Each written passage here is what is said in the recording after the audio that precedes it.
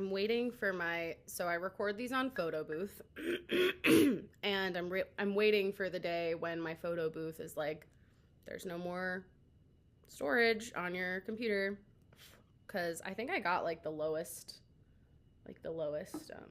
amount of storage that you can get. So yeah, I'm just waiting for it to tell me that there's no more room left to do these recordings, and then that's going to be really annoying, because then I'm going to have to make this more of a production, which right now it's really working for me because I'm just recording it on my computer on the photo booth and then uploading it.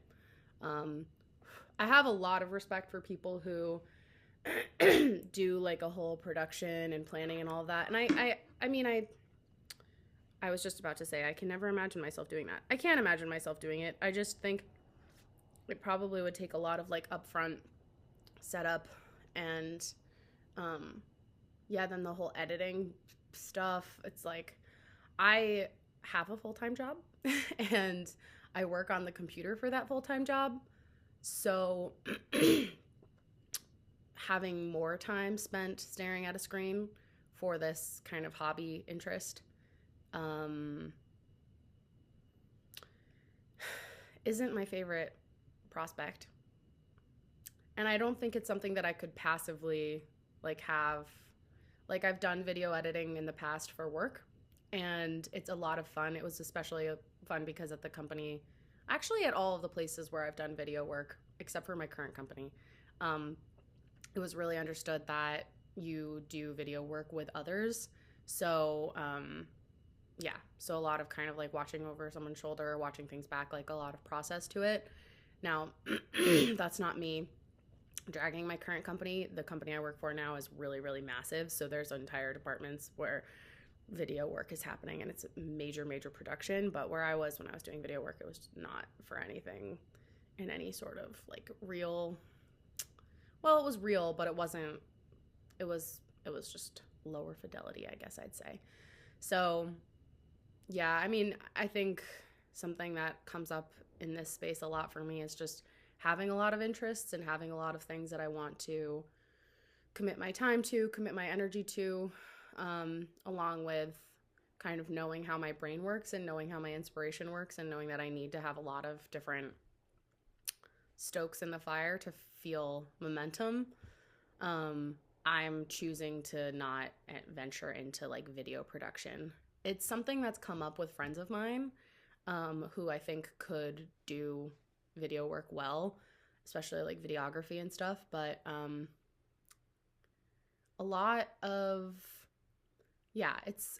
a lot of it is kind of like, do I have the funds to pay someone for more of like a passion project or something that I want that maybe could have financial returns in the future but currently don't.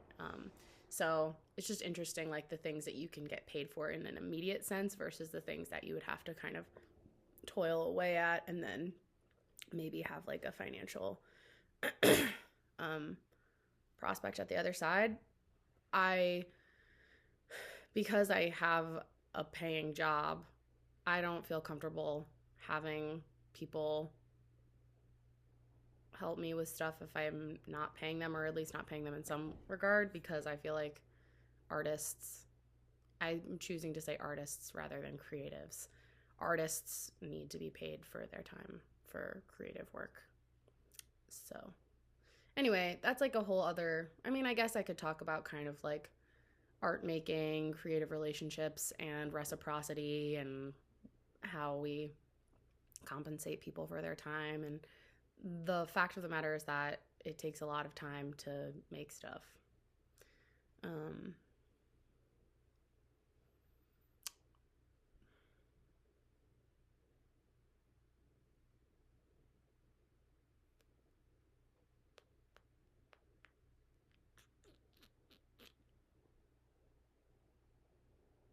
It takes a lot of time, and it also takes investment.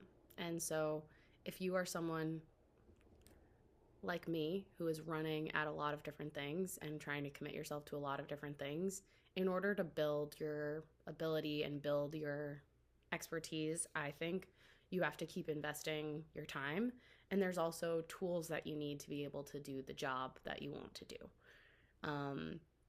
So for me, there's just a bunch of different things that go into the different hobbies and side projects that I have that require continued investment. And just in the same way that you can't invest infinite amounts of time into everything because we're only one person and there's only so many hours in the day. And I also prioritize sleep a lot. That there's, you can't financially invest in every single like hobby, every single thing you have. So being like discerning about where you're investing your money to build whatever interest it is that you have is really important. It's very eye-opening when you have like side hustles that pay you, that are things that you would want to do, or that you enjoy doing, that you feel like are in continuation of your pursuit. So I think that's like a big alignment exercise for me is I want everything that I'm doing to have the higher pursuit attached to it. And if there's something that's not feeling like it's serving the higher pursuit, then I think there's actually probably more inner work that I haven't done to understand why it is that I'm doing what I'm doing. I think I'm also coming to this big... it's been a while. I think this video series is a big part of me kind of like embracing entrepreneurship and entrepreneurship for myself. And I feel like the elephant in the room for myself is that I kind of want to say I love business. Like I love business. I think that business is fascinating. I think that we are surrounded by brands. We are surrounded by companies. We are surrounded by different forms of business taking place. And it's where I think change happens. I think change happens in the transactions of daily life, and it's where it's the first place that you can see societal change happening. It's the first place that societal change can be affected in different ways, meaning that consumer behavior can affect larger movements, regulatory movements, etc., because consumer power and consumer trends can then shape what's happening at a business level. And then business decisions or regulatory initiatives, etc., can also shape what happens in people's daily lives. And so I think it's like one of, if not the most tangible places that human life can be witnessed, observed, and affected. I just got very passionate about that because I really believe that.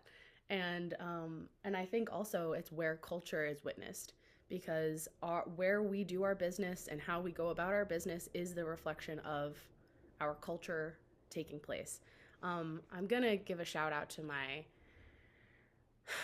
previous manager, boss, who I think of in many ways as like a mentor, and there's a lot to that, but I think he would really subscribe to what I just said, and I think he would really like be proud to hear that, because I think he and I see very eye to eye in that belief and seeing that play out in our daily lives.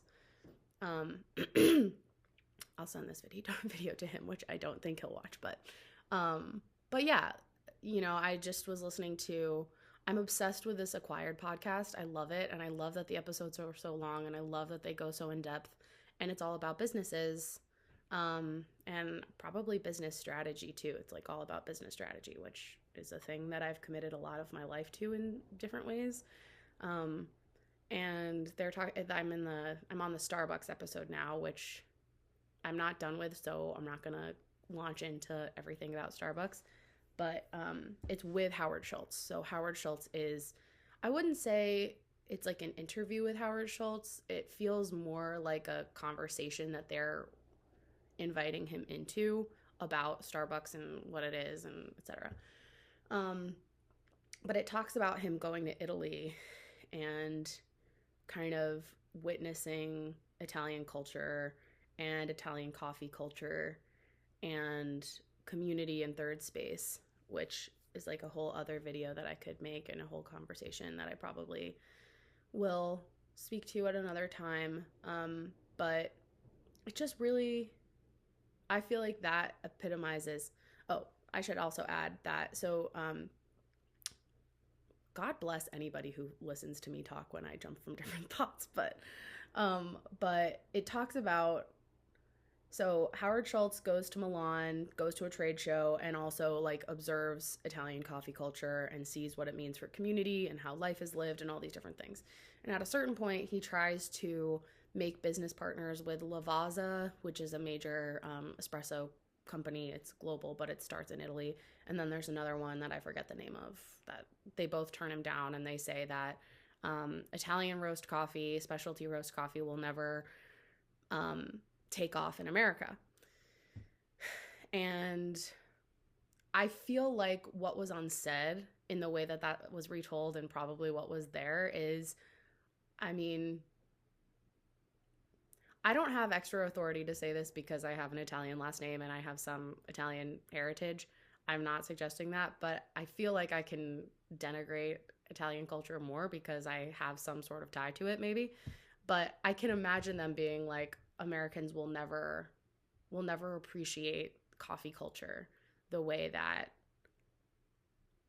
we in Italy do. And when you think about Starbucks and you think about what Starbucks has become, it is such a different reflection. And I would argue that that's probably true. The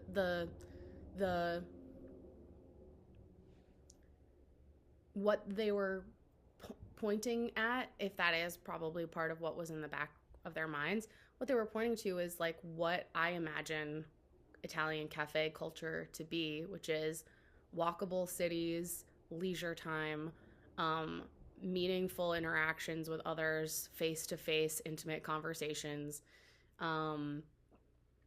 Resisting the hustle culture, quality over quantity. I guess I could watch this back and like list those on the screen. I feel like that'd be helpful. And I do not think that American Starbucks is that. I do not think that American Starbucks has reflected those qualities. I also don't think that American Starbucks is a reflection of specialty coffee in any capacity. I do think that it is a Starbucks has latched on to the American third space, which is cars.